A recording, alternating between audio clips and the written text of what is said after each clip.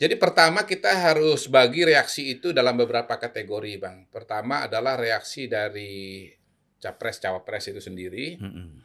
kemudian dari partai politik, lalu kemudian dari relawan dan pendukung, ya. Mhm.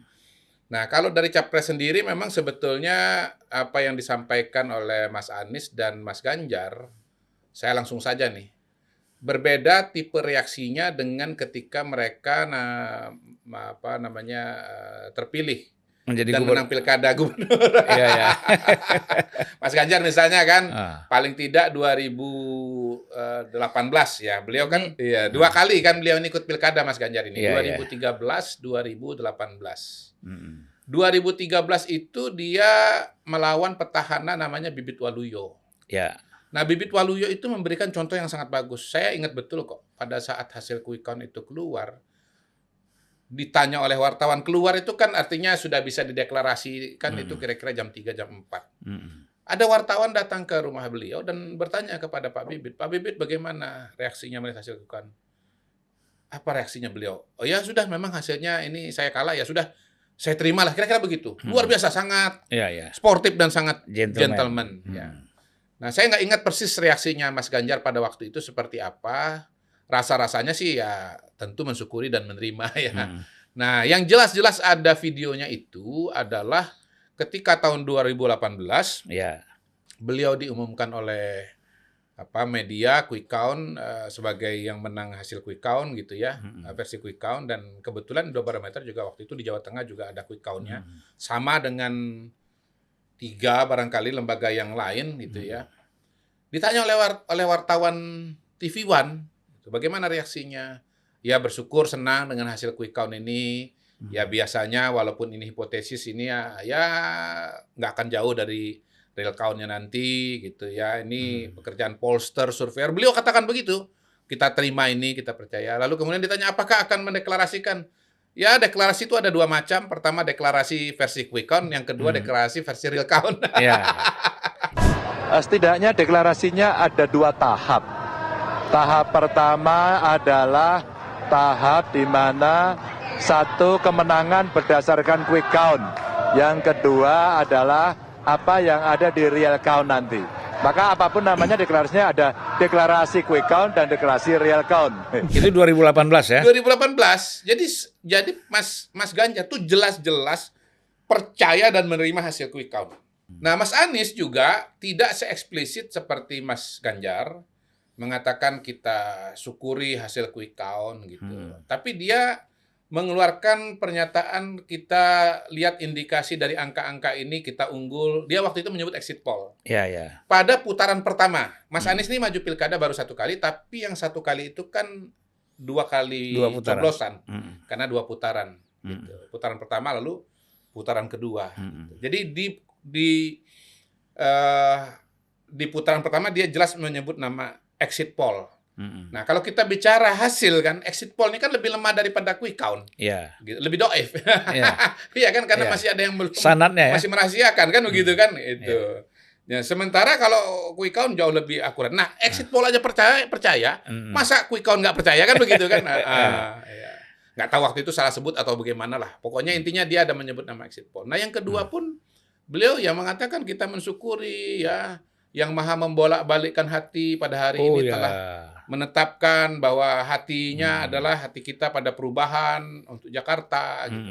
Macam-macam. Ya, yang poinnya adalah Mas Anies ya meyakini dan menerima hasil quick count karena semua pidato itu disampaikan pada hari quick count itu dikeluarkan. Dan dianggap gitu. quick count waktu pilkada DKI itu memang sudah takdir Allah. Sudah takdir Allah. Nah, itu lebih jauh lagi, Bang. Lebih jauh, sudah takdir Allah. Jadi kalau Mas Anies quick count itu sama dengan takdir Allah. Jadi kalau menang ada takdir, kalau kalah nggak ada takdir. Itu, Bang. Kenapa itu dulu takdir Allah? Sekarang bukan takdir Allah. Bukan takdir Allah. Iya, kekurangan lah. Kalau bicara Mas Anies ini tolong dilaporkan kekurangan-kekurangan. Maksudnya masalah-masalah, ya mungkin juga barangkali yang dianggap sebagai kecurangan gitu kan.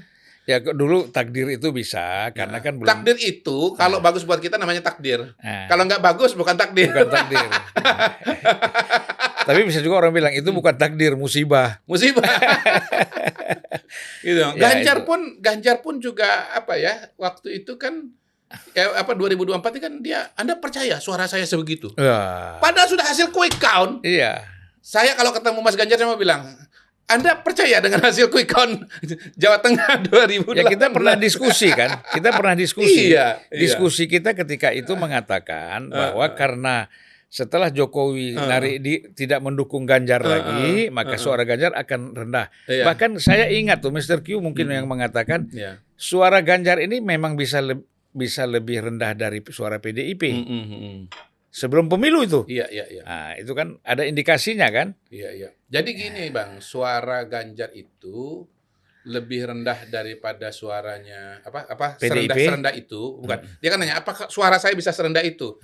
Ya bisa banget kalau Bisa kita jawab banget, kan iya. gitu loh. Kenapa bisa banget? Ya pertama kan kalau kita kan dari dulu sudah pakai teori kolam suara Jokowi kan faktor J kan. Iya. Menurut saya Pilpres 2024 Ada satu faktor lagi, galah. Hah? Ada faktor galah juga. Faktor galah. Galah itu ya Pak Jokowi itu, Bang. Makanya ada dua faktor, galah dan kolam tadi. Kolam. Kan? Jadi itu sebetulnya mengacu kepada Pak Jokowi, Bang. Cuma cara menjelaskannya saja berbeda, analogi yang berbeda. Iya. Jadi kita kan sudah mengatakan bahwa ya gini, Bang, 2024 ini sebetulnya sederhana sekali. Kita bicara faktor Pak Jokowi sebagai variabel utama, tentu bukan menjelaskan segalanya ya, tapi faktor utama. Balik lagi, ilmu sosial itu nggak ada satu teori menjelaskan semua fenomena itu nggak ada, tapi ada kadang-kadang ada satu teori besar lah yang menjelaskan 60-70% dari fenomena. Nah, anggaplah Pak Jokowi itu sekarang faktor semacam itu. Faktor Pak Jokowi itu sedemikian rupa sebesarnya sehingga sebetulnya sederhana saja. Calon ini kalau mau menang, dia harus mendekat, mengasosiasikan diri dengan Pak Jokowi. Iya, gitu. Pak Jokowi itu di hidungnya rakyat, di hidungnya rakyat Indonesia itu harum. 80% yang merasa Pak Jokowi itu harum. Iya. Di matanya rakyat Indonesia dia itu bagus. 80% rakyat Indonesia ngelihat Pak Jokowi itu bagus. Kalau Anda mau menang, maka Anda harus berasosiasi dengan Pak Jokowi. Supaya Anda itu disukai oleh masyarakat yang pendukung Pak Jokowi ini.